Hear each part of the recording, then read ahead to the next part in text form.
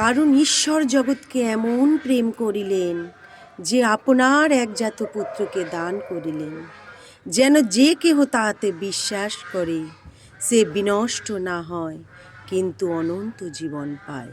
কারণ ঈশ্বর জগৎকে এমন প্রেমটা কে দিতে পারে? সেই এমন প্রেমের মহত্বর মধ্যে আমাদের ঢুকতে হবে, আমাদের বুঝতে হবে আমাদের প্রভু তিনি আমাদের কেমন প্রেম করেছিলেন। এমন প্রেম করেছিলেন ঈশ্বর পিতা এই জগতে সেই মরিয়মের করে পুত্র রূপ ধরে নেমে এসেছিলেন।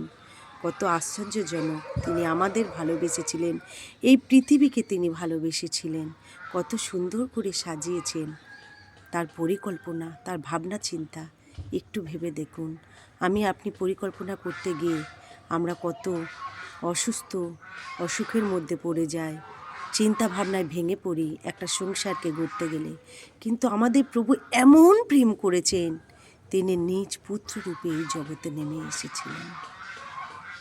তিনি ঈশ্বর পুত্র, পবিত্র আত্মন। সেই পিতার যেন আমরা আরাধনা করতে না যেন ভুলি। ধন্যবাদ সবাইকে। জয় যিশু। সবাই ভালো থাকবেন, সুস্থ থাকবেন। প্রভুর এই সুন্দর 2026-এ যে আপনাকে এখনও বাঁচিয়ে রেখেছে ঈশ্বর, যেন আমরা সবাই মিলে, প্রত্যেক ভাই বোনে মিলে ঈশ্বরের পথে যেন এগিয়ে যেতে পারি। ধন্যবাদ।